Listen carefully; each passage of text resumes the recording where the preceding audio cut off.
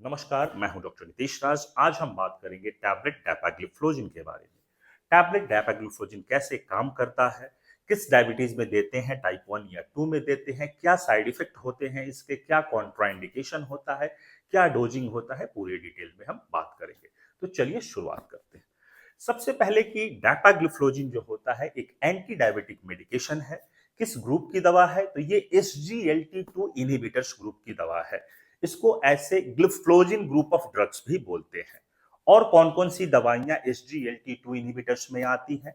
डैपाग्लिफ्लोजिन, empagliflozin, कैनाग्लिफ्लोजिन, mainly मुख्यतः ये तीन आती हैं। आज हमारा टॉपिक ऑफ डिस्कशन रहेगा टैबलेट डैपाग्लिफ्लोजिन के बारे में। अब डैपाग्लिफ्लोजिन कैसे काम करता है, किडनी में क्या होता है, थोड़ा सा अगर आप मैकेनिज्म समझेंगे तो जैसे ही जो है ब्लड तो हमारा फ्लो कर रहा है किडनी से, तो उससे पूरा शुगर जो है जितना भी होता है शुगर उससे फिल्टर्ड हो जाता है, और फिल्टर होने के बाद जो है कुछ परसेंटेज जो है वो यूरिन से वो लॉस होता है, और फिर उसका 90% फिर से रीएब्जॉर्ब हो जाता है ब्लड में। अब यही ध्यान देना है कि ये जो दवाइयां हैं, that is gliflozin group of drugs, that is dapagliflozin, तो ये क्या होता है कि जो फिर से रीएब्जॉर्ब हो रहा है जो शुगर, इसको नहीं रीएब्जॉर्ब होने देता है। मतलब किडनी से पहली बार में तो फिल्टर हुआ, शुगर आया, और उससे कुछ परसेंटेज निकलता है और 90% फिर से जो है रीएब्जॉर्ब हो जाता है ब्लड में।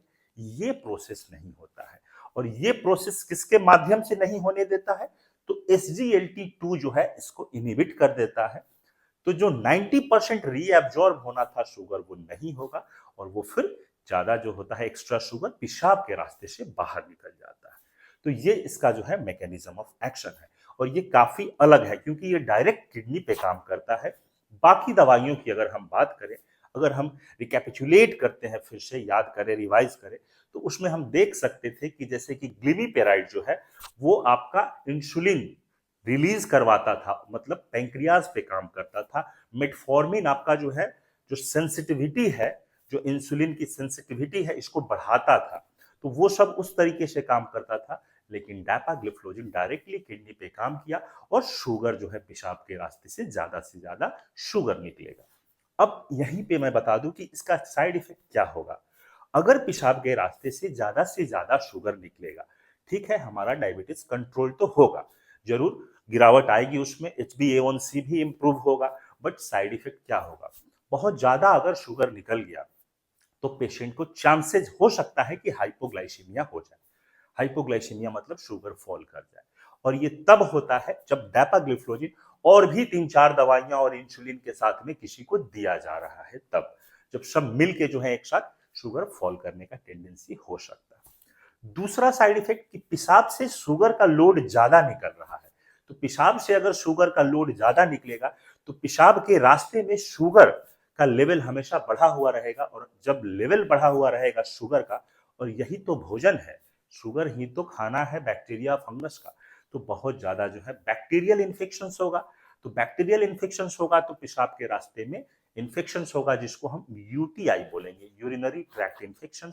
और अगर फंगल इन्फेक्शन होगा, खासकर कैंडिडा का इन्फेक्शन होगा, व्हाइट टाइप का डिस्चार्ज होगा, इचिंग होगा, तो ये दोनों हो सकता है, बैक्टीरियल और फंगल इन्फेक्शन काफी ज्यादा हो। तो जैसा कि हम सबको मालूम है कि शुगर एक ऑस्मोटिकली एक्टिव चीज होता है, तो अगर ये पेशाब के रास्ते से बाहर निकलेगा तो साथ में पानी को खींचते हुए ये बाहर निकलेगा, तो आपका शरीर का थोड़ा पानी भी कम सकता है, तो वॉल्यूम लॉस भी हो सकता है। इसीलिए हम लोग हमेशा एडवाइस करते हैं कि वाटर इनटेक आप बढ़ा के रखिए, ताकि आपका वॉल्यूम डिप्लीशन ना हो, और दूसरा कि आपका जेनाइटल इन्फेक्शन ना हो। और क्या हो सकता है साइड इफेक्ट? बहुत ज्यादा आपका शुगर पेशाब से अगर निकलेगा तो कैलोरी लॉस होता है। तो कैलोरी आपको मालूम है कि एक कार्बोहाइड्रेट मतलब एक शुगर में जो है 4 कैलोरी है, तो अगर ज्यादा शुगर लॉस होता है तो कैलोरी लॉस होता है। तो ये सब हो सकता है, बट सब कुछ मैंने आपको बता दिया, क्योंकि आप ये ना कहें कि एडवर्स इफेक्ट पता नहीं। बट स्टिल ये सब चीजें बहुत कम देखने को मिलती है। ये वेरी बहुत ही वेल टॉलरेटेड दवा है, और बहुत प्रूवन इफिकेसी है, बहुत कारगर मेडिसिन है। इवन बहुत बार ऐसा हुआ है कि किसी का लग रहा है कि अब दो तीन दवाइयों से जो है टाइप 2 डायबिटीज कंट्रोल नहीं हो रहा है, इंसुलिन की जरूरत है, तो बहुत बार इसको ऐड किया जाता है, तो बहुत बेनिफिशियल रिजल्ट मिलता है। और आजकल ये बहुत ज़्यादा यूज़ किया जा रहा है और साइड इफ़ेक्ट प्रोफ़ाइल बहुत कम देखने को मिलता है। उनमें देखने को ज़्यादा मिलता है जो इनका जेनिटल एरिया काफ़ी अगर अनहाइजीनिक है, क्लीन नहीं रखते हैं तो उनमें ये प्रॉब्लम देखने को मिलता है। रही बात एक सबसे बेस्ट बेनिफिट जो किसी भी शुगर की दवा में नहीं है, वो इस ग्रुप की दवा में है, that is gliflozin group of drugs SGLT2 inhibitors में है, जिसके अंदर डैपाग्लिफ्लोजिन आता है और वो है कि कार्डियोवैस्कुलर प्रोटेक्शन है आपका। फ्यूचर में जो कार्डियोवैस्कुलर इवेंट्स होंगे, कार्डियोवैस्कुलर प्रोटेक्शन देगा। किसी को हार्ट फेलियर है और शुगर है, उसके लिए बेस्ट दवा है ये, क्योंकि ये डायूरेटिक की तरह भी काम करता है, तो हार्ट फेलियर में भी काम करेगा और शुगर भी कंट्रोल करेगा और फ्यूचर कार्डियोवैस्कुलर कॉम्प्लिकेशंस को ये कम करता है।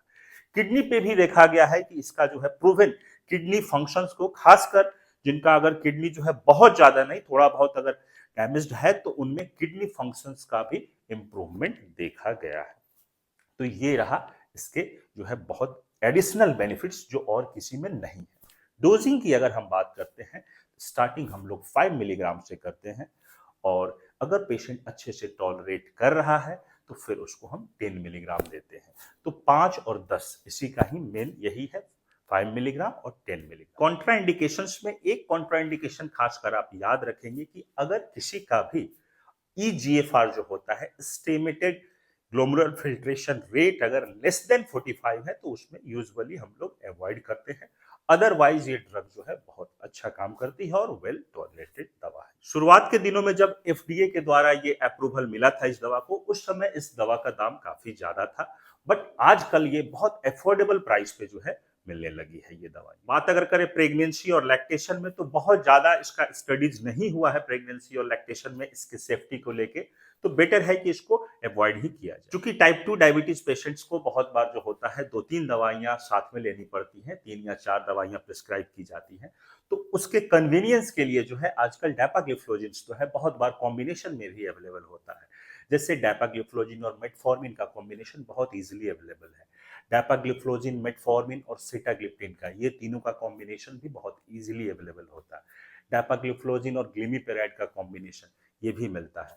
तो इससे पेशेंट्स को काफी कन्वीनियंस हो जाता है, 2-3 दवा खाने की जगह एक ही दवा खाना पड़ता है, तो ये कॉम्बिनेशन मेडिसिन का फायदा हो जाता है। तो फाइनली अगर सम अप करते हैं तो एक ही बात मैं बोलूंगा कि ये दवा बहुत ही कारगर है, वेरी इफेक्टिव मेडिसिन।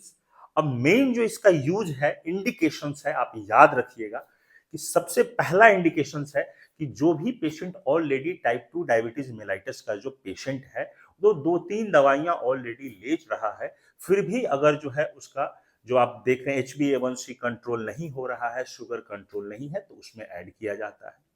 दूसरा सबसे जो अच्छा बेनिफिट, अगर कोई पेशेंट टाइप 2 डायबिटीज का है और ओबेसिटी है, ओबीज है, क्योंकि मैंने बताया कि थोड़ा वेट लॉस इससे होता है, आपका कैलोरी कमता है तो वेट लॉस होगा, तो जो डायबिटिक पेशेंट्स वेट लॉस करना चाहते हैं उनके लिए ये बेस्ट है।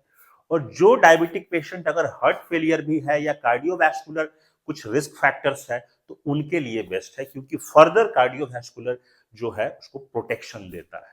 तो ये ऑब्वियसली ये 3 इंडिकेशंस आप जरूर याद। मुझे उम्मीद है ये वीडियो आपको अच्छी लगी होगी, आप इसे ज्यादा से ज्यादा शेयर करें। Thank you so much. जय हिंद।